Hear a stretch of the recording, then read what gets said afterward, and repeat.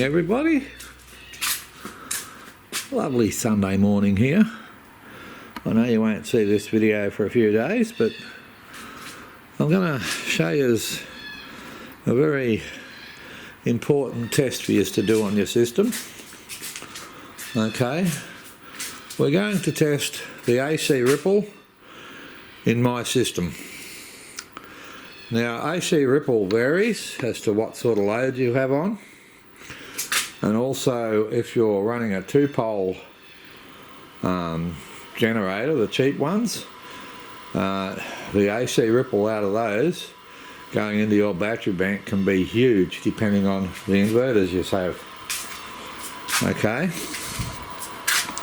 now we're just starting to make a bit of power this morning, the times. Okay, now I'm going to test the ripple current down there where I've got the covers off, and then we're going to try and do the same test in here.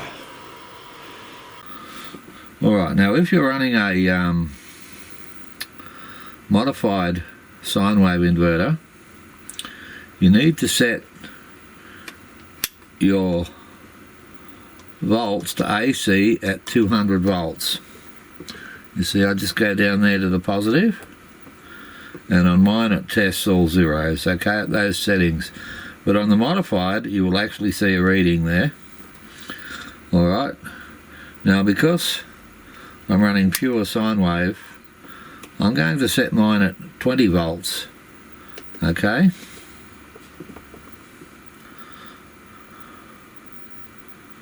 And with no loads on, I'm going 0.07. Okay, let's go down to 2 volts.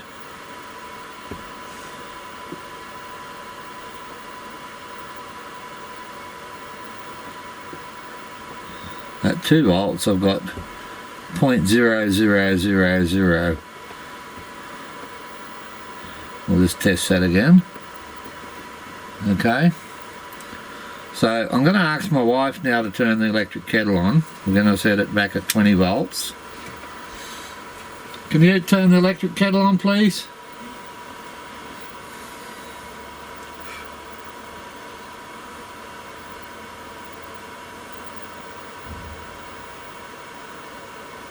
Is it on? It's on, okay. Alright, now we should see a little bit more ripple. 0.21. Okay, I think you can all see that. So let's set it back down to 2 volts.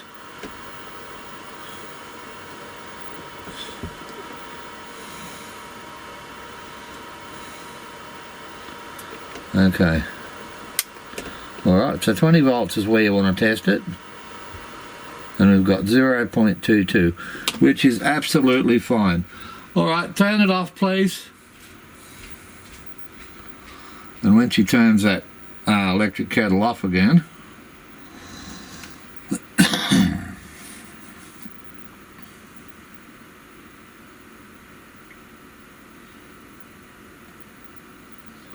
thank you. You can see my ripple current drops down to nothing. Practically nothing. And that's how you test AC ripple in your DC system. Okay? On the DC side of your inverters. Okay, so we're in the batteries now. And I've got a little light here to set it all up so you can see. I'll just take these leads. Now this lead here is going down to the negative bus bar, if it's long enough. Yes, it is. Okay, that is on the negative bus bar. Now this lead here is going on to the positive bus bar. Now I'm pretty sure, can you see that? It's set at 20 volts. Okay, and you can see our ripple current at the battery bank is exactly the same as it was in the shed. Can you go turn the electric kettle on again, please, Dale? Now, under load, the electric kettle's about 2,500 watts, okay? So it's a pretty good test for ripple current.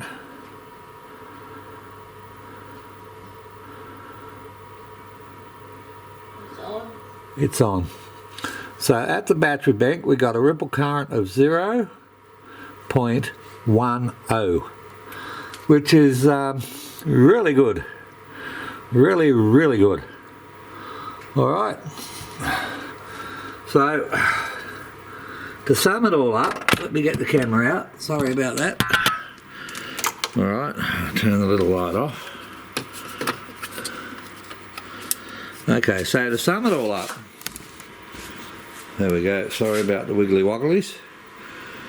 My system's ripple is absolutely brilliant without anything at all on it, which is pretty much what I knew it'd be, okay, because you wire them right and you don't have any issues. You use your right inverters for the right type of batteries, you don't have any issues.